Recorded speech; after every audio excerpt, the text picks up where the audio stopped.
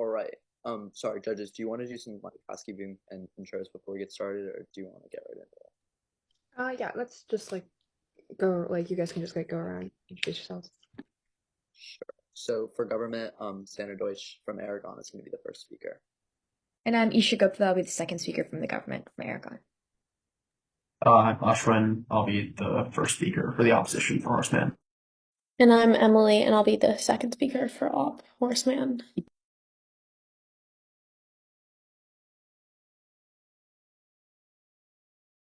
Okay, I've judged all of you guys at this point, but for all the spectators and the other judges, I'm Eva, pronouns she, her. I'm Ella, pronouns she, her as well. And I'm Lily, pronouns she, her as well. Right. Are we all good? Yeah, okay, so call upon the Prime Minister to deliver a first speech not exceeding 7 minutes, 30-second grace. And are judges okay with all camera maps for the round? All right. Framing and background, two advantages, pretty straightforward. Is anybody not ready? My time begins in 3, 2, 1. Starting off with framing, we agree that this is probably one of the weirder rounds that we've had, and I think the fairest way to frame this debate round is as we all know it, through the lens of debate. We should think of this debate as should be about, as a debater, which type of weighing, as the category is meta weighing, should be prioritized in a round. And we understand that this is usually case specific, i.e. you weigh more heavily on scope if you're obviously better than your opponents in it. So, we'll talk about this as general as possible.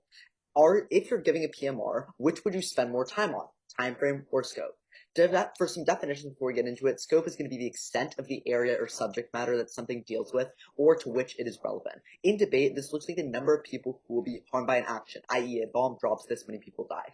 Time frame, on the other hand, is a specified period in which something occurs or is planned to take place. In debate, this can be a long-term versus short-term impacts of something. For this debate round, this house is going to be a debater, and the weighing mechanism is going to be best for the debater debating and the person in the round, and we're going to be measured by net benefits.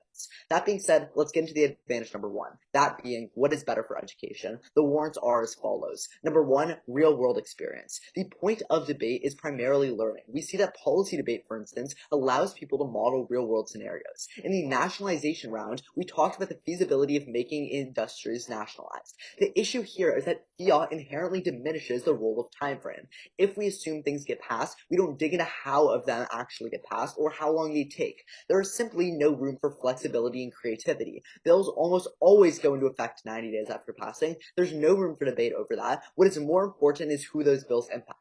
This means that we should focus on scale to learn more about our worlds and the processes involved. The second warrant of this is it creates awareness. People who can actually argue the nuances of the issue when they understand the tangible impact. Knowing that something will happen in 10 years doesn't prompt people to act. Knowing the number of people who are dying right now encourages people to get involved. Scope offers certainty that time frame lacks that makes it inherently less persuasive. It's significantly harder to predict a link chain far in the future than tell us the number of those who are still involved. The third warrant under this is its better voice for minorities. Scale specifically focuses on those who, in debate, we try to give voices to the underrepresented groups of people, fixing the issues we see in the world. It's not just the numbers, it's the demographics of people. Scope calls attention to minorities and marginalized groups where time frame simply does not.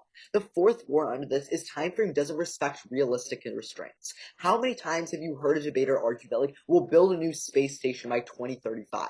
Obviously, unrealistic standards for time frame are common in the debate place. However, they don't spark much debate because it's not something that the debaters are constantly focused on. However, when you argue who is going to be affecting the most amount of people, it's far easier to talk about scope because that is intrinsically what you are getting at with the meta weighing. And when you do that, you are arguing the actual rationale of the argument and comparing it to the weighing mechanism. The fifth point under this is a logical progression. In types of debate, like the NYPDL, which we are in right now, that don't allow internet research, you have to come up with logical justification. You have to consider different populations, terminalizing the impact to what matters, the people. This teaches more deductive reasoning skills and critical thinking than time frame, which relies more heavily on the world's already set up timelines, like the 90 days of bill passing, or whatever you think is pretty standard for something like that, even though every specific case where you're implementing a plan will be very different. The impacts of this are as follow. First, knowledge about the real world. Knowing about the real world means we can be more informed citizens, voters, policymakers, and people. We can change not for fictional populations, but to take our lessons outside the round and change the world. The second point under this is knowledge about others. Our side advocates for understanding minorities more, making debaters more empathetic and open-minded people. They develop a greater appreciation for those with a different perspective, which can combat political polarization and hate in our world. And the third and final one is competitive success. We tell you people find more scope more compelling, meaning you're more likely to win your judge's ballot if you focus on it. That being said, the advantage number 2 is what's better for debaters and judges. Our warrants for this again are as follows. Number 1, it forces thought. In the debate space, people are so often argue the time frame is just going to happen as soon as possible, or say they will do an action in an arbitrary amount of time. This is harmful because it is disingenuous, and you can make a plan. You can make a plan that solves climate change, but might happen like in 5 years, even though we all understand how that might not possibly be realistic. However, scope as a concept forces people to characterize how many people will be affected and explain why, meaning that there's more thought into the argument and it promotes warranting, especially in NYPDL circuits. The second warrant of this is that it preserves credibility in round. Saying when something's going to happen is always going to be speculation. You don't actually know for sure until it happens. And especially when referring to current events, revelations that happen between your debate round and when you think it will happen take time. For that reason, think of scope differently because it requires warranting to get to your final answer. I.e., I might say that like redlining can specifically affect the people living inside the redline neighborhood as the scope, but the time frame that they go homeless is way more dubious and something that I'm not going to speculate on. This is important because debate rounds without actual warranted facts are simply people in tofats playing in fairy tale worlds, and time frame invites random numbers to appease somebody in the room of a reality that they want to hear. The third warrant under this is net benefits. Net benefits is the idea that of what like the most amount of good for the most amount of people. It doesn't matter when it happens if there is certainty, which time frame actually implies, because if it's going to happen down the line, you know it's going to happen, then it matters. We need to respect weighing mechanisms or fairness, because weighing mechanisms are the way that both teams actually are challenging the same ballot and trying to achieve the same ballot, like we have for this round. A lot of times in debate, net benefits tends to be like this standard weighing mechanism, which you can argue whether that's good or not, but it definitely invites more scope-friendly debate rounds, and it means that this house as a general debater would probably find more success using scope as a meta-weighing technique because it applies more to the weighing mechanism, and preserving the weighing mechanism in debate spaces is extremely important. That being said, the impacts are as follows. Number 1, you'll improve as a debater and get better because you now understand the nuances and complexities that debate has to offer, such as net benefits, and such as the meta-weighing within it and how they can actually be working out. And the second thing here is that it keeps the debate space clear and productive. This means more debaters will have positive debater experiences, meaning they'll stick with it. If they feel like they've had unfair rounds, they're more likely to feel negatively about tournaments and quit. This means more people will debate, which we all know is good. If we did not think debate was good, we would not be here. In other words, Judge, to respect the fairness of debate and the thing that we all love about it, we have to play by its rules. And some of those rules include the weighing mechanism, which is almost always net benefits, meaning that you should always prefer a world where you use scope as a weighing technique to one of time frame, because it will help you more achieve the weighing mechanism, which helps you win the round. Thank you. Great, thank you, Sandra. Now I call upon the leader of opposition to deliver a speech not exceeding 8 minutes, 30-second grace. Okay, I'll do an off-time roadmap as well. I'll just go some top of case, then op case, gov case. If everybody's ready, time will start. 3, 2, 1, now. Okay, we're going to agree with most of their definitions. We think that like which you spend more time on, I think like we can amend to which you prioritize, like scope or time frame, but we think this is generally reasonable here. Okay. So again, framework best for the debater debating. I think this is also fair. A couple of things though. Like basically, I think we can only look at these when they're applicable. So in the sense that like you need to have a motion that has both scope and time frame impacts, and then which do we evaluate more? We think this gives grounds to both sides, and it's probably the best way to evaluate this. Okay, then assuming mutual exclusivity in a debate round and weighing speech across the round, and you can only prioritize one or the other. Which do you go for? We agree with the argumentation that they make about like education being important in the debate round, but also winning is important. We prefer education here. We'll talk about why in a bit. Okay, first contention, why is time frame uniquely good? Firstly, on flexibility, right? There's short-term analysis and there's also long-term analysis. So time frame can actually mean multiple things. You can either time frame weigh on long-term impacts being really important, such as impact means in terms of future generations. You can also think about short-term urgency, like in climate change. Scope doesn't have the same nuance. It's how many heads are there, who affects more people. You don't get this nuance of choosing which kind of time frame weighing you want to do. Why is this important? Because you're always going to want to choose the weighing mechanism that has more flexibility, because obviously more flexible weighing mechanisms will apply to more rounds. Second sub is on prerequisite. Essentially, the argument here is that when you're discussing something like climate change, which both sides can agree on is important, you can do weighing on both scope and time frame pretty clearly. The amount of people that climate change impacts doesn't matter unless you consider the urgency of the plan's implementation. You first need to consider how long it'll take the plan to be implemented and whether it's too late before you can even get to scope. So for example, if there's an urgency where we need to pass climate legislation in the next 5 years, it doesn't matter if a climate legislation bill is going to solve world peace and etc. If you can't ever actually trigger it, they concede this. And so what we tell you is that you're always going to want to prefer the weighing mechanism that actually shows you if you can do this in the real world. They tell you time frame gets destroyed in debate because of fiat. That is exactly why we need to consider it as a weighing mechanism in order to get more education. Third sub is education. We tell you that scope, again, this is how many I have a lot to get through.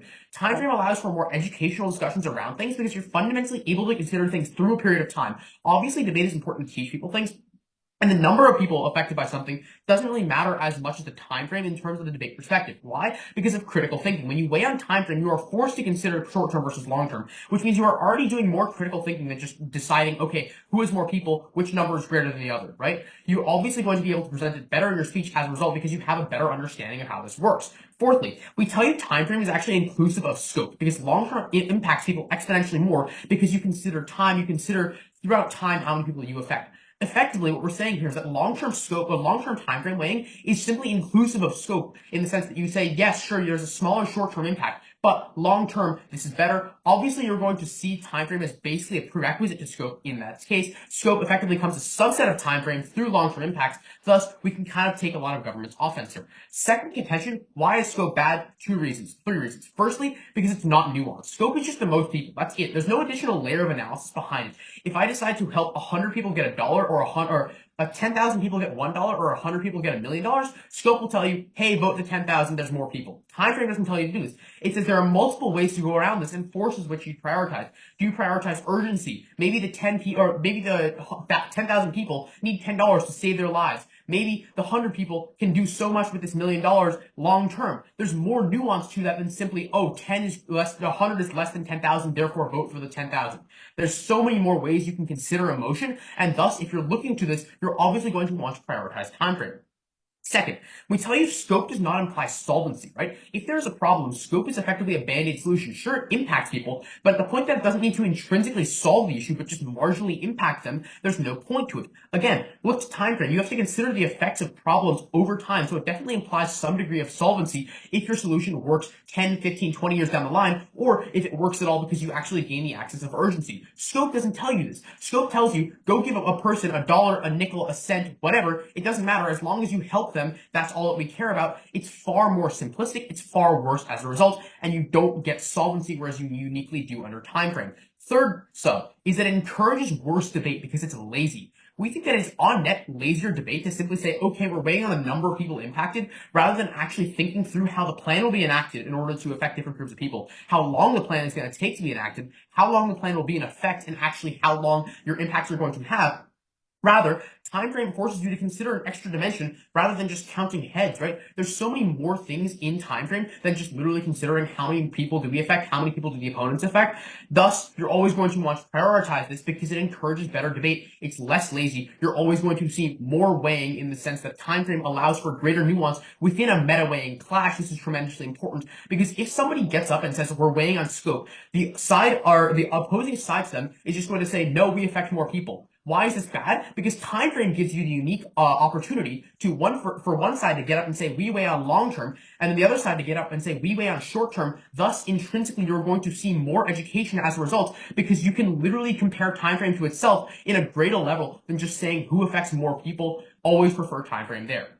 Moving on to their case. Their first contention about education, they tell you that there's real world experience, national, like the fiat diminishing the role of time frame, etc. We tell you that if fiat diminishes the role of time frame, should we not examine it, see how long it takes, etc.? This makes no sense. If you want to prefer education around, and then you say that time frame basically doesn't exist in the round because we can't consider it, hey, maybe we should start considering the effect that time frame has on fiat. The only way you get to do that is if you use it as a weighing mechanism. Secondly, they tell you it's hard to predict link chains far in the future, but again, harder to predict means we can go deeper into it, whether we literally have more heads or less heads. If it's harder to predict, you're obviously going to need to do more analysis and more warranting to determine what the actual effects of this policy are going to be. Your opponents will have more responses. You'll be able to generate a better, more educational debate because there's more analysis to it than simply who has more people. Thirdly, they tell you it's a better voice than one of the minorities. Judge, gut check this. Scope is just most people. Minorities definitionally are smaller than the majority, so they get drowned out in scope. Turn this entirely because they literally define scope as the most amount of people. If minorities are a minority of that scope, you're obviously not going to care about them as much as everybody else. Fourthly, the unrealistic standards they set for time frame are exactly the same as I could set for scope. It's entirely non-unique. They're telling you, oh, you can build a new space station by 2035, etc. You can simply say, oh, there's 10 million homeless people that I impact. Is that really true? I don't know, but it's really easy to set unrealistic standards for both things. Fifthly, they tell you that it's easier to talk about scope, which literally means it's less educational because it's less difficult, there's less thinking you have to do, and there's less analysis that you can get on both sides because it's easier to do. So why would you intentionally choose the easy road, the road that you can't get actually high-level analysis on because there's only one point of contention? Who affects more people? That is simply a wrong idea. Then sixthly, turn this point about like people making up false like time frames, etc. Again, you can just make up false scopes. We tell you it's easier to make up false scopes because the NYPDL doesn't allow internet research. So obviously it's very easy to miss the amount of population, etc., or misunderstand what's going on here. We accept the impacts of education, but we access education more. Okay, their second contention of what is better for debaters and judges. First of all, there's a huge contradiction here because in their first contention, they say that time frame is easier to fake and you need no knowledge of the world to weigh it on. But then in C2, they say scope is friendlier and easier to understand. So which is it? You can't have it both ways. Secondly, we tell you that you can argue about how time frame of action and the action itself will impact long term, whereas scope, again, you're just considering one slice of time. Thirdly, we tell you time frame encourages thought way more than scope. Why is this? Because people can think about how actions impact like both the short term and the long term. You can have, again, multiple layers of time frame analysis where one term is arguing for urgency and one team is arguing for a long term impact. There's far better debate that you can get under this. We tell you that credibility around is decimated even when people make up ridiculous scopes or time frames. Again, this is entirely non-unique. Emily will get into a little bit more, but the idea is basically that like scope requiring warranting is ridiculous because I can just as easily give crazy numbers of homeless people in scope as I can give crazy numbers of years in time frame. I've never been prouder to oppose. Great, thank you. Now I call upon the member of government to deliver a speech not exceeding 8 minutes 30-second grace. Sure. Can I give an off-time roadmap? Yeah, that's good with me. Okay, I'm going to give a quick overview, kind of like on broad things in this round because it's all really confusing and I want to make it make sense. And then I'm going to go over op case then gov. So overview op gov. I would love nonverbal POIs, a zoom hand or a real hand. I don't care. It's easier for me. Anyone not ready? My time starts now. The only way to give meaning to time frame is through scope. Judge, we don't care that something happens. We care about who it happens to. They tell you in 5 years we'll do X, Y, and Z, but the only reason we would tangibly care about that action is if we know who it impacts and how it impacts them. They give this example of what if we gave 100 people money, like 100 people $100 or 100 people $1 million, you need to understand their specific situations. But the only reason we care at all is because we know the people it impacts. For time frame to have meaning, you need scope. Scope is a prerequisite to making anyone care about time frame. Me telling you that Xander's going to do something in 10 years, you don't care unless you know what Xander's going to do and how it's going to impact him, right? You need to have that human element. That's why we all terminalize our impacts in debate rounds. So with that framing in mind, let's go through the round. First on op case, they give us two arguments. Basically, the first one is time frame good. The second one is scope bad. Let's go time frame good first. They tell you it's flexibility. They rely on this, like you understand the short term and long term point a lot and they cross apply it over. So I'm going to knock it out now and then cross apply as I go down case. But they tell you understanding this from multiple viewpoints encourages deeper thinking. But I'm telling you, Josh, what are you considering when you talk about the long term and the short term? You're talking about the scope of the people impacted in the long term and short term. You don't care about the time frame. You're caring about the people. When you terminalize it down, Judge, and I tell you 100 people are going to die in 10 years, do you hear 10 years or do DG, we hear 100 people. As human beings, we're more centered to think about other people because they're more like tangible than an abstract concept of time, meaning that it's going to lead to both more education because you can communicate this more easily to others, probably meaning you're going to have a more productive conversation in your round, as well as more competitive success, because if they don't understand your abstract concept of time and they don't care about it, they care about those 100 people, then they're not going to give you their ballot. For the simple reason that the scope, the number of people is what we care about and what we always can weigh on in our heads. It's a clear option to add more nuance and more education. They talk about flexibility and how you're going to just say like, oh, it's 100 people versus 200 people. There's no flexibility and nuance in that argument. But we tell you it's also the types of people, the demographics you're talking about. They cold concede that and misconstrue our minorities point, which I'll go over on case. But let me tell you why that matters in this flexibility point. If you're thinking, hey, who is my bill about healthcare impacting? It's going to probably impact the impoverished, the people of color, women, people with pre-existing conditions like disabilities. Talking about those groups of people brings awareness to them. And we explained in our impacts, which also go cold conceded, how that develops more empathy and helps people outside of the round. So when they tell you it lacks nuance, they're the ones who are lacking nuance by not looking at the demographics and the type of people within scope. Scope is incredibly nuanced when we talk about who, not just how many.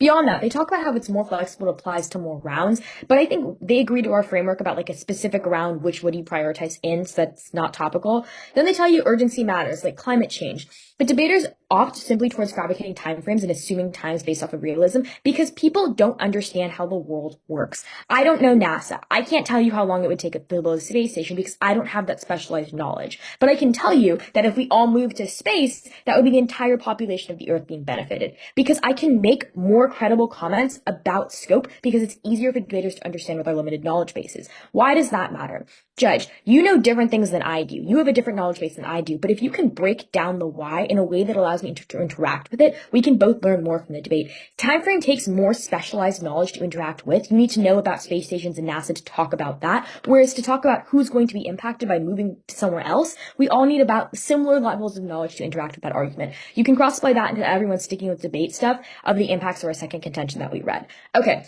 So they talk about like urgency specifically mattering, but urgency matters because of the people impacted. When we're talking about can we pass this thing in time to help these people, the end of that sentence is help these people, help this scope. If you want to think, if you should pass a plan, you want to know if it will help these people in time because you're focused once again on the scope. If we say, okay, we can pass this plan because we do win on time frame, does that matter if it doesn't help those people? Does that matter if it helps one person instead of the 100 it's supposed to be targeting? No, because we always intrinsically value scope. Then they talk about how if you need to consider it more to learn a lot about it because fiat, because we don't have enough of a discussion around fiat. But let me tell you why that's not important. First, they tell you that competitive success matters. Judge, and we had a round about nationalization. None of us really touched on like how specifically you nationalize the insurance industry because none of us work in the insurance industry and tell you that. And if we had spent all of our speech time on the how, then we would have lost. And we also wouldn't have learned because we would have confused each other the entire time with all the specific nuances. So we see that like the discussion around time frame is so specialized that we're going to actually lose out on education because if you sit here confused,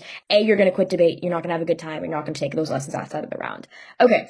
And they tell you time frame forces critical thinking. We tell you the same thing with minority. They say it just dumbs it down to a numbers game of one thing is bigger than another. But we tell you, you look at specific demographics. Time frame can be just the same numbers game of, okay, we're going to do it in 10 years. We're going to do it in 5. The same back and forth can be made up if we buy your exact reasoning on how people can make up both sides. So that's a wash at best. Then they tell you how time frame includes scope because you consider how many people you impact over time. Judge, I told you in my overview that the number of people is what provides meaning to time frame. You don't care that something happens unless you know who it impacts. Then they tell you how scope is a subset and time frame is a prereq. I don't agree. I think when we can tell you straight up that something happens, you probably care more that I tell you 100 people will die. I don't tell you when those people will die. Then they tell you something happens now and something happens later. The scope gives the time frame meaning. Without it, it cannot exist. Okay. Disadvantage 2 is scope is bad. A lot of this was kind of just flipped because they tell you scope has no nuance, which I responded to when I said that time frame lacks nuance. So you can cross-apply those responses over. Then they tell you, once again, the short and long-term urgency, that's same cross-applied responses over. Xander will crystallize this a lot more down in his speech, but a lot of this is just the same thing flipped.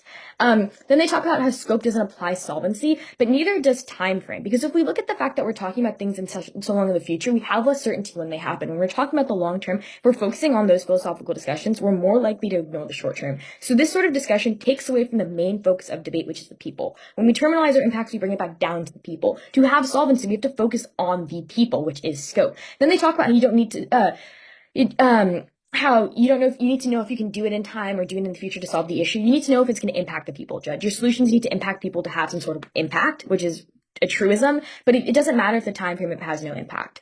Then they talk about how it encourages worse debate because it's lazy. Judge, I think there's a lot of nuances we've talked about in the minorities point, so it's not lazy debate if we're talking about who, especially because that takes a lot more deductive reasoning to say, okay, these are the trends we see, these are the patterns we can apply. That teaches more than making up random numbers. They tell you can make up random numbers, but I think, Judge, if I can explain my reasoning for scope, that's more likely to win me a debate than me giving you like some long history lesson of NASA, because that's just, you're betting on that I'm telling the truth with my specialized reasoning, whereas like plain logic, you don't need to buy that I'm like an expert in the space field, because it just relies on plain and simple logic. Okay. Then they said time frame means you can way better in short term and long term. Once again, we already answered this. Now on the Gov side, we get, I think it was 6 or 10 responses. I'm going to go in order and I'll tell you where we are. On top of case, I think we all kind of agree. They just said like, well, how we prioritize, not how we spend our time. We gave spending your time as an example. They said it means mutual exclusivity. I don't think either side can get that because we're both saying it's linked, so I'm going to leave that as a wash. And I agree that we're in a round that has both scope and time frame. So I think we're all on the same page, just saying things differently, but if something's big, let us know and Xander can address it in his PMR. Okay. On our first advantage, they said it's worse for education because we should focus on time frame more. I tell you that once again, you need that specialized knowledge base, and it can never really be a weighing mechanism, because how do you weigh a debate on time frame? Is it who solves it first? Is it who solves the long term? It makes the debate so much more gray that people can't interact. And Xander read you a bunch of lists of impacts of why that matters. Then they dropped like the fact that that there's less flexibility and less creativity, like the 90 days passing. You can't learn if you can't create new things and pass through like the fiat of all of this, because there's no flexibility within it. Then they tell you it's harder to predict because like time frame is harder to predict and it's more educational. We tell you that scope is more inherently logical, so it's easier to learn and interact with. They tell you that it doesn't help minorities because it's the most amount of people and gets drowned out. We tell you that scope is broken down demographically. I tell you it's these specific people. I don't need to tell you a number. If I tell you minorities are being helped, that's a compelling point that brings them to life. Time frame doesn't tell you who, it tells you when. Who matters when you're talking about minorities? Who helps you develop empathy? Then they talk about how you can set up unrealistic standards for both. Xander talked about why, and I talked about specialized knowledge makes time frame more simple. Advantage 2, it's the same clash over education. So at the end of the day, flow through all of our impacts about how we'll take these lessons outside of the round. Thank you. And for all these reasons, many more, vote for Gov. Thank you. Great, thank you. And now for the member of opposition, 8 minutes, 30 seconds.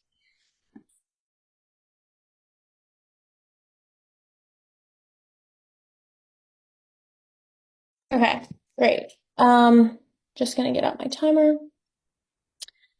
I'll begin my speech of 8 minutes with a 30-second grace starting now. Judges, I want to do 3 things for you in this speech. First, I want to, since this round has gotten really messy, give you like 3 overarching observations. Next, I want to get into gov case and then back to op case. Okay, so my opponents say, like at the top of their PMC, Xander tells you this himself, that like we are only looking at PMR, right? We're only looking at what weighing criterion we should prioritize in PMR. Not throughout the round, we're just looking at this weighing speech. Xander clarifies this himself. I don't think it's been a big point so far, but I just want to reiterate it. So then Xander comes up here and tells you in his second contention that the classic weighing mechanism we use is util. It's net benefits. That means during the first 5 speeches of the round, net benefits has already probably been used. It's already been talked about. Who does the most good for the most amount of people has already been prioritized. So in order to win, in order to create more education, wouldn't we want to discuss and prioritize something that hasn't been as extrapolated, something that is more nuanced, something that is more specific? Isn't that is what is going to actually allow us to win these high-level rounds? More on that later. Second observation, though, Isha, the only reason I have a lot to get through. Isha tells you the only reason we care about an action is because we know the people it impacts, right? The only reason we care about the time frame is because we know the people it impacts. Judge, my opponents essentially use this kind of blanket response, like this response that scope is essentially a prereq to time frame, to talk about a lot of their responses. So I just really want to push back on this idea, right? Like, I think it can go both ways. If you impact 1 million people, you don't care if it's 1 million people a million years in the future, right? Like, if I'm talking about some climate change policy and you tell me it's going to impact 100 or 1,000 people or some X number of people, why do I care about the number of people unless I care about the urgency in which it will be enacted? Because if climate change is such an urgent problem, if I can implement this policy that will help, like, millions of people 2,000 years down the future, if everyone is dead in that time, it doesn't matter. So it can go both ways. We think that this kind of blanket response that like scope is a prerequisite time frame is just wrong. We have like clear evidence to show you and clear analysis to show you why oftentimes time frame can actually be a prereq to scope. At minimum, you probably buy it's a wash. You probably buy it depends on the motion. But at best, again, time frame is probably a prereq to scope. Look to climate change. It's the most specific, clear example of this. And my third observation I want to get into is this kind of like interesting contradiction that I think we get from like the first two speeches and this kind of analysis that my opponents are doing. We get this like idea out of the MG that like scope is more logical. Okay, if scope is more logical, judges, then why are people doing more warranting? Why are people doing more analysis to explain it? If it's more logical, it means that people are probably making more blanket statements around it. It means that people are probably like BSing more in this case. It means that people are probably doing less warranting to explain scope than they would be doing to explain time frame. Wouldn't we rather have a debate that is more specific, that is more nuanced, that actually allows us to do more critical thinking? That's something they never really clearly respond to. Don't let them do it in their last speech. With that, getting into the specifics of Gov case. Their first contention on education, I think both sides can agree. The underlying assumption, the point of debate is not about winning, it's about education. Both sides agree. We both value education. It's their first contention. Education provides us benefits for the long term. This is definitely time frame weighing that side Gov uses, just want to point it out there. But like, I want to do one overarching response to this contention. Would we rather be able to learn from a debate, judges, by doing more difficult analysis, by examining how long it may take for some policy to pass, by looking at how long it will take to have an impact that is more difficult? This is clearly something that is allowing for more learning. Both sides agree that doing this analysis, doing this time frame analysis is more difficult. Isn't that allowing for more learning from anything? It's not something you can simply look up. That is probably preventing cheating in debate as well, right? Like I can easily look up the number of people who are going to be affected by some policy, right? Like scope probably actually causes more cheating. It probably causes more people to make up fake statistics. At least in time frame, you are prioritizing the legitimacy of the debate space. People are actually doing warranting to get to their conclusions. With that, I want to just say that I think most of this contention is quite non-unique or maybe quite assertive.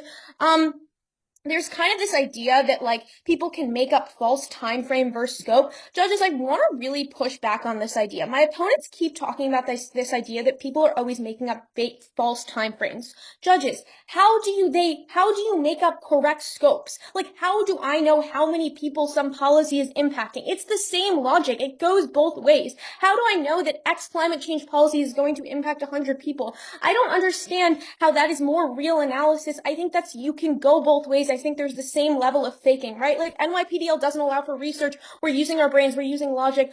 Probably on both of these weighing mechanisms, there's a lot of faking. This fiat idea is kind of dropped. Don't really flow it here. It doesn't really make much sense, right? Like, even though fiat exists, that allows us to weigh more on time frame, on urgency of policies. We're not just looking at when policies are passed, we're looking at how long it takes for them to impact out to different groups of people. That's also time frame weighing. Fiat is not that important. Next, this really big point that they keep talking about, this idea that they are prioritizing minorities, that they are looking at more nuance, that they are looking at different groups of people. I think it's pretty clear from Xander's definitions that he provides that scope literally means net benefits. Scope literally means who's affecting the most amount of people. There's a very clear misunderstanding in my opponent's case between scope and magnitude. Scope is not the different various nuanced groups of people. Scope is literally the amount of people. I don't see how scope takes into account any nuances. If it is super logical, like they tell you, it's not going to take into account that many nuances. Don't let them have it both ways.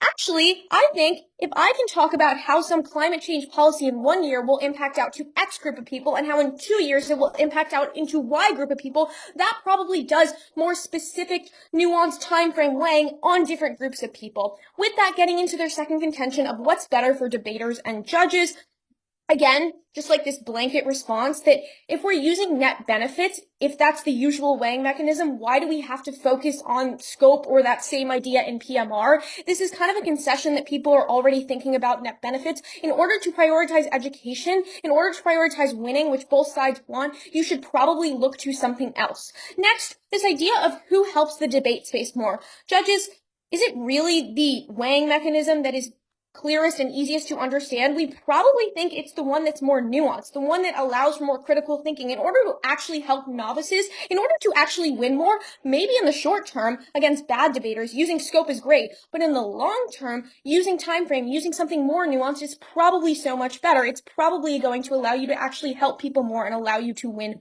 more. Then they say that we would also say that people are explaining reasoning for scope, right? Like this doesn't make much sense.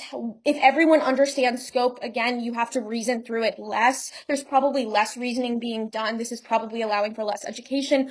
Really quickly, going back to our case, our first contention on why time frame is good. Again, you can cross-apply most of our responses here, but how do people learn how the world works, right? They talk about a lot of wrong information. Again, we tell you why there's wrong information on both sides, but people learn by getting things wrong sometimes. Judge, do you really buy that 100 people will die from some policy? Again, I don't know how I'm deciding this. I don't know what this is based on. Stats aren't applicable to either world.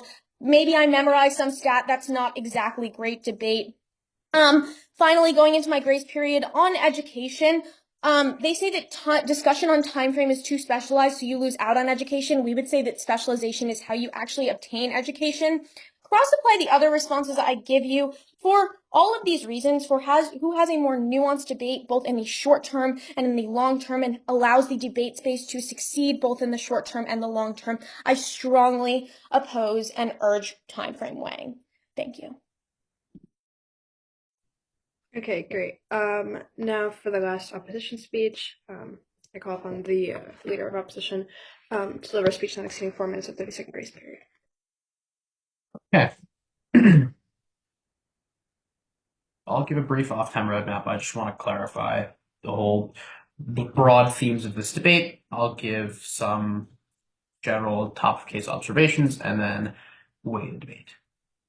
So time will start 3, 2, 1 now. Okay, what does this world actually look like? As both sides agree, you're in a PMR. The last 5 speeches have focused on net benefits as defined in the first speech by Xander, and you need to decide between whether you want to choose scope to prioritize or time frame to prioritize. Which do you pick? The answer is pretty simple. You pick time frame. Why?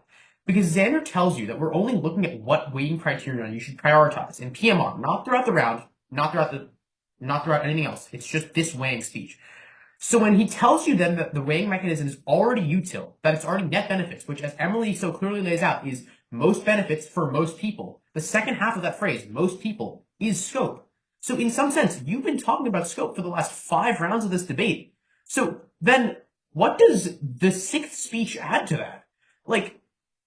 Are you really going to encourage that much deeper thought, that much more education in the 6th speech uniquely as compared to the last 5?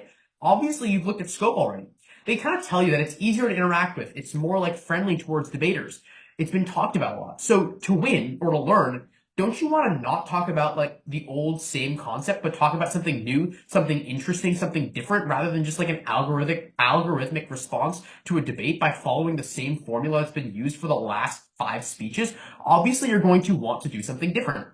Learning, as they say, is more important than winning, doesn't mean doing the same thing over and over again. It means doing something new and different, because you've probably squeezed most of the analysis on scope already. As we tell you, it's not necessarily very true that scope has a ton of nuance. Emily explains this, but I want to really get into this a little more. What is their idea of scope? Because Xander says it's the most people, which I think is fairly obvious, and then they kind of track back on that and say that it includes minorities. But how are minorities impacted if you're considering the most people that are affected? Because then you definitionally care about the majority. That's what scope is. You consider the most people, and if the most people are obviously the majority, then you necessarily must oppress the minority and not care about them because you prefer the majority. That's just definitionally what scope is. That's what Xander lays it out to be. So to then track back in the 2nd speech and say, oh, scope includes minorities and this is very nuanced is a little bit ridiculous, because definitionally scope only cares about the majority. How do you include minorities in this?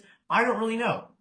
Okay, so you should turn this, just gut check it, obviously. How is the side that wants to help the most people in society help the minority in society? Because they're the minority, they're not the most people. Okay, why do we value education over winning? This is very obvious. I think both sides have agreed to this, but I want to lay this out very clear, right? If we lose winning, it doesn't matter, right? Because education provides benefits for us long term, which is definitionally time frame weighing, right? Why do we value education? Because obviously it's important outside of the debate space. We think that we can both agree it's probably the most important impact of this round. Most of SideGov's argumentation is based on the idea that, like, on one slice of time, an impact triggers once, right? That's what happens. You have a scope, boom, 10,000 people have a thing, that's it. Why is this ridiculous? Because time exists, right? Things have impacts years down the line. There's always going to be that in policy debates. You can look to, like, the example of backlash, etc., right? You can have a policy that helps 10,000 people, but then 10 years down the line, if you don't consider what the ramifications of that impact look, you're going to get some other impact. That's tremendously important. They can't bring that up, and this is crucial because we obviously win this idea that necessarily you get more impacting, more nuanced impacting, and more deep debate.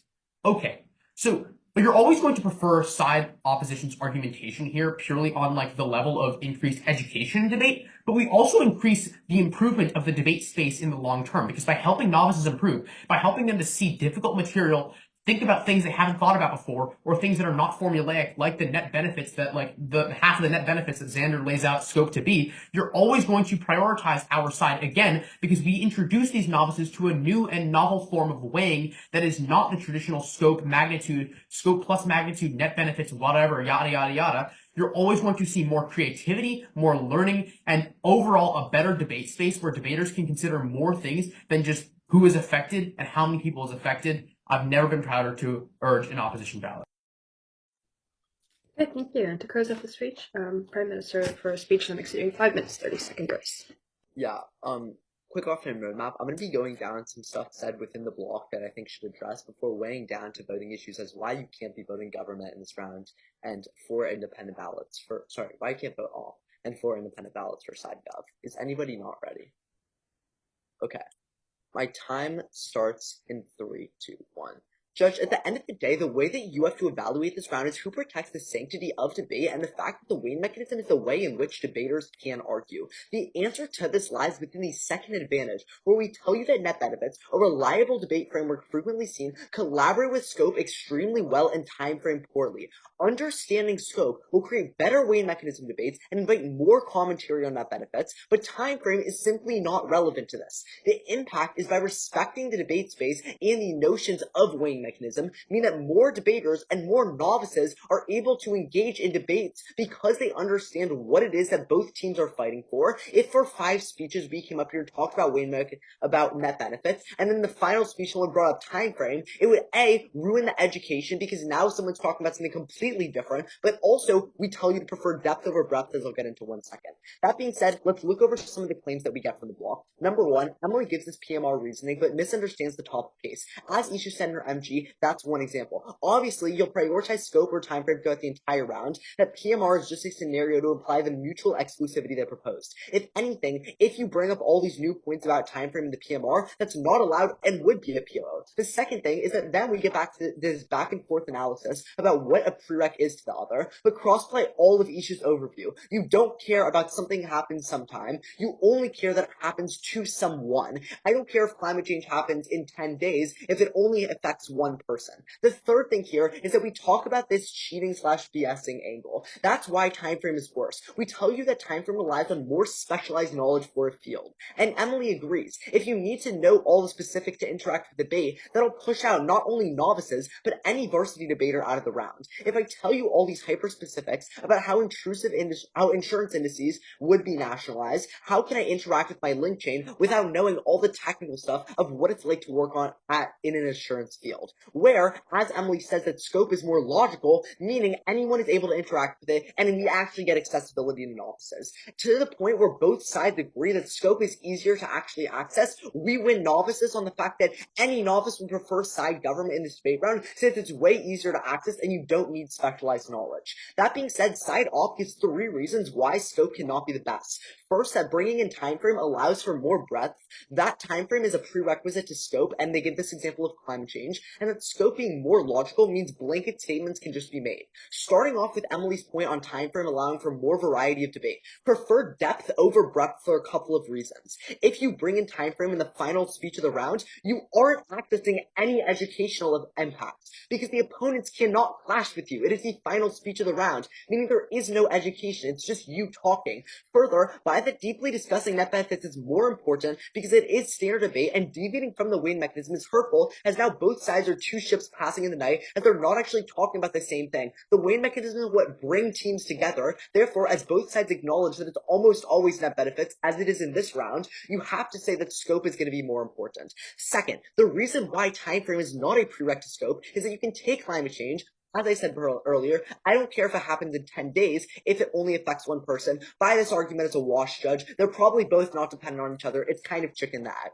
Finally, scope being logical does not mean lying. It incentivizes way more warranting and requires a debate at the warrant level, helping people understand logic. Also, it gives side government access into the round of accessibility, as you now have to vote for governmental accessibility, since we are letting novices come into a debate space where they can access easier meta weighing because scope is way easier to warrant into, and you don't need specialized knowledge. Finally, scope, I just did that. 4 reasons that you have to vote Gov. If any of these are true, you sign your ballot Gov immediately, because these are the most important clashes of the round. First up, using logic over just pure speculation is always better for the education of debate round and the education of the specific debater. It also allows for more accessible debate rounds because more people can talk about the actual logic. If there are 5 speeches talking about net benefits and then the final one deviates, you lose out on education because there isn't that clash which pushes actual education. If Isha and I were simply arguing against nobody, we wouldn't learn anything because it's just our own opinions. But because Emily and Ashwin are here, we are now able to actually have debate. So this clash over something we both are talking about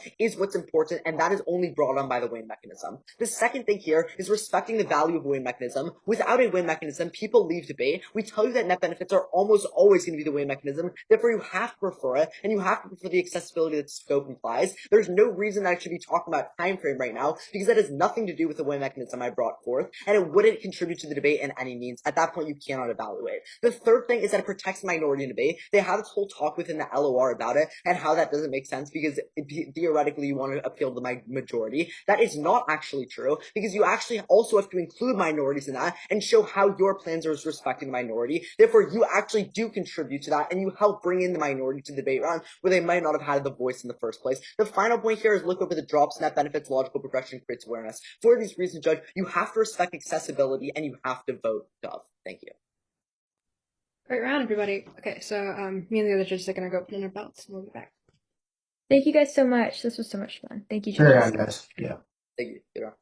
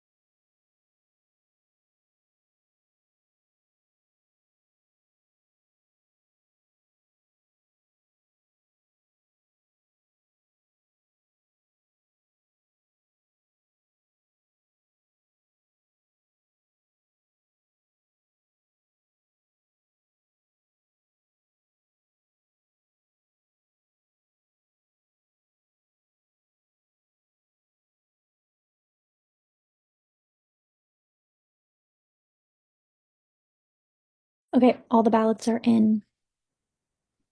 Okay. Great. Okay. I can give feedback first if everybody's okay with that. Yeah. Okay. At this point, like I said, I've judged everyone here, so you guys know how I give RFDs. So, anyway. Okay.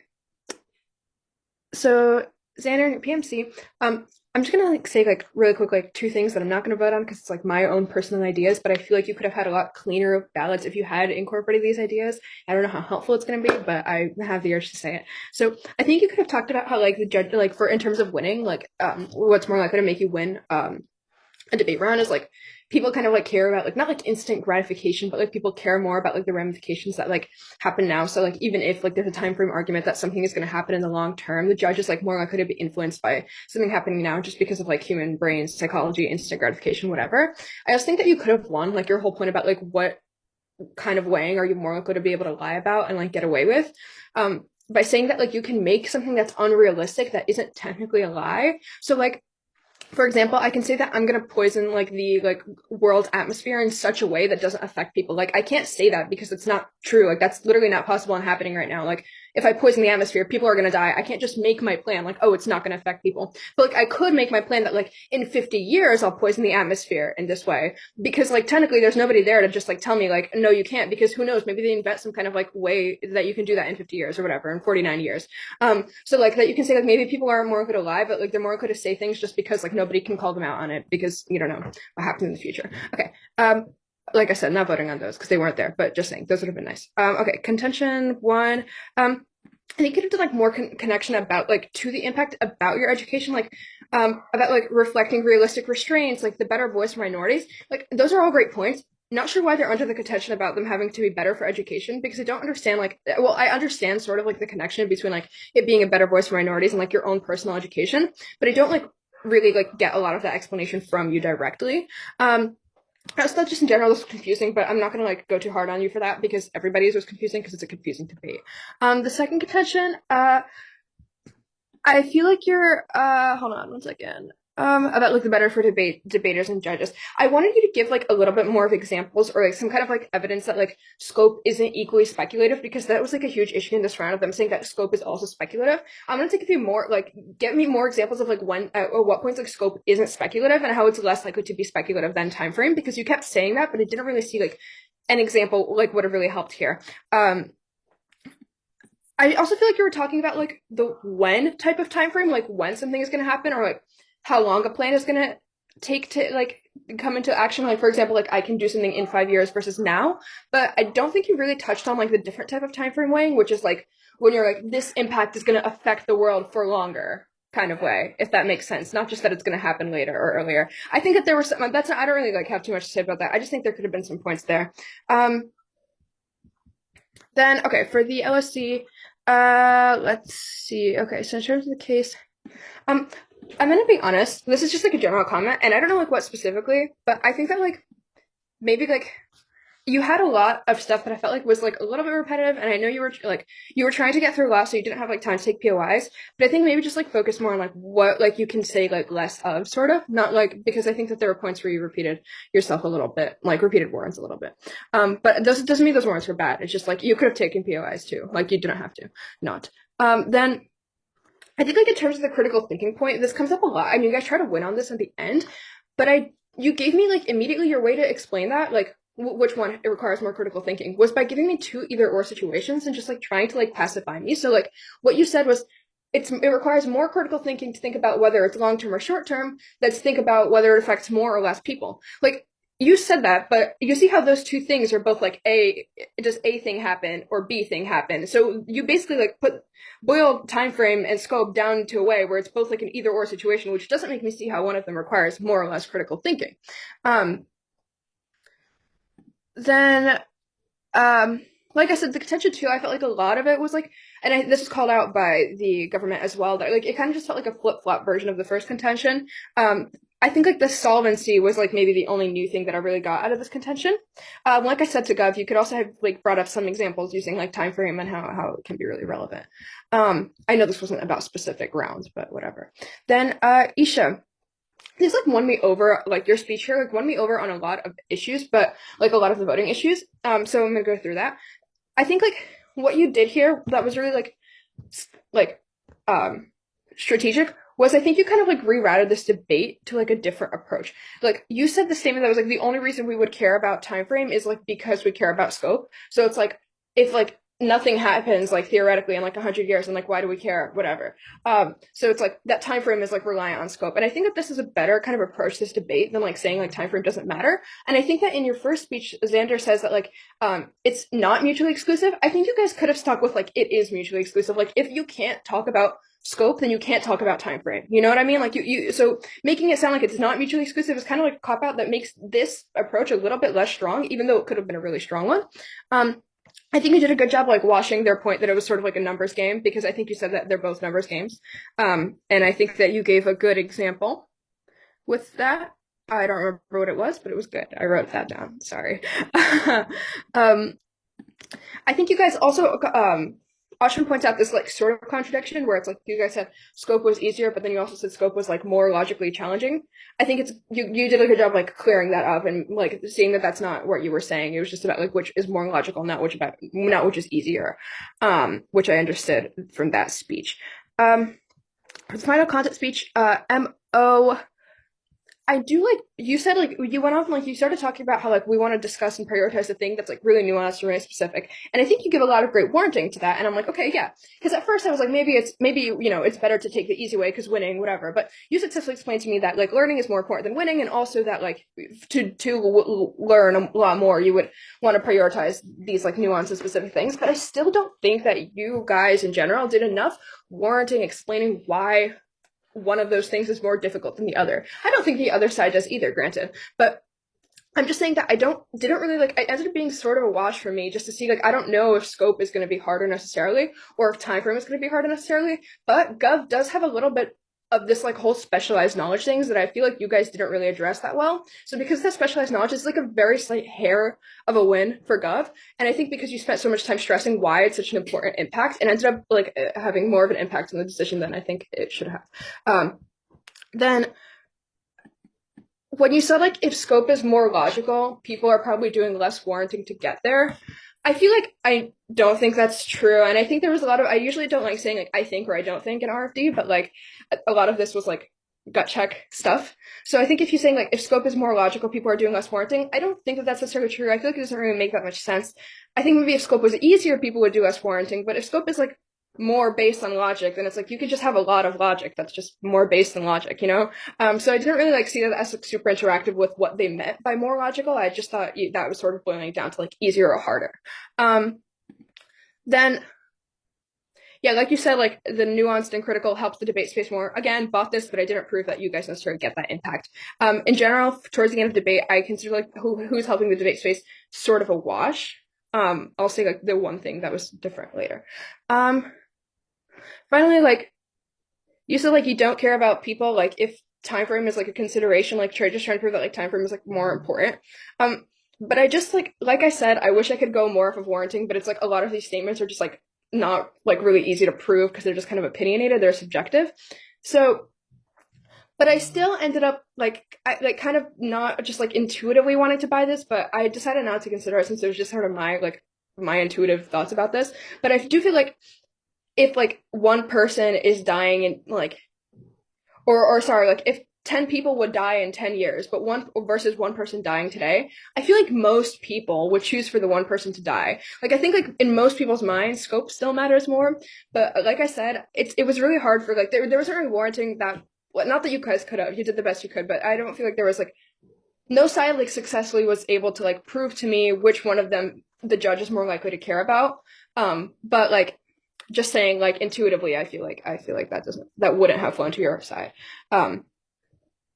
So then for the weighing, so for op, like I said, the better debate space, I did sort of like, it was kind of a wash, but it sort of flowed to op a little bit. It could have flowed to op a little bit more if you guys were talking about how like time frame is like just like a more complex thought, right? You guys said that a lot, but like maybe you could have added like how like, you know, you're showing novices that like they should be engaged in these complex ways of weighing or something. Then I also, this is ironic, but when you guys started talking about like wanting the last speech to like add to it and be new, I felt like that in itself was new. So I didn't really consider it all that much because I don't feel like that was really mentioned about how the last speech has to be different than the rest. I could be wrong, but I didn't really hear that earlier. But I also didn't think it was that high impact. But for the minorities point, I think you did a successful job here, Ashwin, like making this not flow to Gov, but I don't think that there was enough independent weighing for me to actually vote up here either. I just thought it was sort of like, you just made it like a non-impact, you know? Like you proved that they don't get it, but you didn't tell anything about how time frame benefits minorities. I'm not saying that it does or that you should have. I'm just saying that that's kind of why this wasn't super high in my consideration. Then for GovWay, I voted on you guys for accessibility of debate, and I think you guys successfully proved that scope is more understandable to like a spectator or a judge or something, like if I was thinking about it from that perspective. But only because like they never made the very obvious point that like you might also just need specialized knowledge for scope, right? So like you guys said the specialized knowledge thing, and like I said, I don't feel like that was adequately refuted. If it had been refuted, then this wouldn't have flowed to you. Then like better, I think like the honoring debate is like one of the only places where you guys cleanly win, but I don't see it as super important. And I think that it kind of came up like a lot more in the last speech than did in the rest of the round. But because you kind of said it at the beginning, I was like, fine, this isn't new. But like, you know, utilitarian like philosophy or whatever, like you kind of said, what isn't really like equipped to handle time frame. It just talks about scope and the consequences. And like, so I did have to kind of flow this to you guys, but like I said, not super important. Not that any of this round was like the highest impact in the world. But I also wish you would have explained that, like, why is it better for honoring the weighing mechanism? Like, why is that true? A little bit deeper. You did kind of also win on this like potential for lying point, but like I said earlier, you could have had like a little bit better links as to why one of them is more likely, because otherwise they could just say, well, you can lie about both, and be like, it's less likely that you'll sound more credible lying about time frame than scope or whatever. Okay. If you guys have any questions, you can ask them after the other judges give their RFP, but that's it. Oh, I voted for Gov, by the way. Okay, I can go now. So I voted for Gov as well. Um, the weighing mechanism argument swayed me, and I don't think it should have. Like, I get that it makes sense to value scope when you're discussing net benefits, but that doesn't mean that there's no like benefit to also discussing time frame for net benefits. And I feel like the decision the opposition made to talk about instead how you've been talking about it for the whole round, now switch to time frame in the PMR didn't really do much for me, because like, yeah, it kind of makes sense. Like, why would you just switch up your PMR? Especially because why would, like, I don't really understand what the focus on the PMR was in the first place. I think we should consider the whole of the debate round. So I don't know, that ended up helping out the government side, even if it wasn't the strongest of arguments. I felt like a lot of the round was kind of a wash, just because like, yeah, it's easy to fake time frame. It's also easy to fake scope. I don't know. I didn't really get like a reasoning why it's like more easy or easier, I guess, for correct grammar, to evaluate, like to make up a lie about a claim about scope rather than a lie about a claim about like timeframes. So I felt like that didn't do much for me. Oh, there was this one-off line about how like timeframes are subject to changes in the world over time that I think was in the PMR or PMC, sorry, about how like, you know, timeframe, it really only matters if the world stays like stagnant and the world doesn't.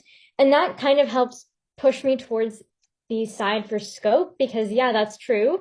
And so I don't like really get any response to that either. I felt like that was a one-off line that didn't really go noticed, but I noticed it, and so it helped my decision a lot. Some notes generally, I don't time frame is not just short and long-term impacts. Like I thought going in that it was going to be a debate about like, should we think like who and how many people does this impact scope, or like how long the impacts actually stick around, which it kind of ended up not being. So I was a little confused by that. I feel like, and I think Eva said this as well, it would have been really nice if your contentions were more streamlined. There was a lot of repetition, but it was still a really good round. Okay, also you guys both kept like fighting over like which is harder, or like which gives you more access to education. Harder doesn't always equal better, so I felt like I kind of buy the argument that if you're a novice and it's really hard for you to talk about time frame just because like, I don't know, it like if it's really hard for you to argue a point, then maybe you'll find the debate less fun. And I don't know that harder just makes something more educational. So I didn't really end up buying that point. And as Eva said, the minority point didn't do much for me, because if you don't prove to me why your side does anything better, then it just like doesn't help either side. So that's all. I ended up voting Gov. I think I already said that. Yeah. Congratulations. Great job, everyone. I don't want to repeat too much what the other judges were saying. I honestly agreed with both of them on a lot of their points. It did go very back and forth for me. You guys would say one thing, the other side would say, well, the other side is the exact same thing. And so a lot of these arguments, I will say, did end up becoming a wash because it was pretty much like you could just flip it and use it in the other way. So I'm going to agree with what the judges said on those points. Again, I thought you guys spoke very well. I did end up voting Gov, and I think at the end of the day, it was that accessibility point, which was also touched on by Eva and Ella, that pointing that something does not necessarily have to be better for education if it's harder. And when we're talking about it, I think in the beginning, you guys were both arguing, well, which is harder, therefore, which is better for education. But then towards the end, it almost seemed like you both agreed that scope was more approachable, which flowed very well for me. If we're talking about accessibility to not only novices, but also judges as well, judges who have less experience with the understanding or the way that you guys are approaching parley debate, I think it just proved that scope might be a better concept as a whole. And if it's more accessible, that seems more, I don't know, it just made more sense to me in the end. I think also the characterization about like who is affected is so important. I think that was touched on not only in Isha's speech, but also the last speech. It's like we don't really necessarily care about how long something's going to take or when something's going to take place if we don't know like what people group or how exactly that people group is being affected, which I thought was a really good point at the end of the day, and that alongside with net benefits reasoning through that made sense a lot to me. So great job, guys. It was a good round. All right, great job, guys. Congratulations. Yeah, Congratulations, everyone. This was an amazing round. I had so much fun watching it. And thank you to everybody who stayed to watch, judge, and congratulations to debaters. Thank you guys for coming to the February online invitational. thank you so much. Thank you all so much, and a huge thank you to Ira and all the tournament staff who made this possible. This would not function without them, and I know it's so much work. But yeah, thank you, judges. Thank you, everyone. This was fantastic. Yeah.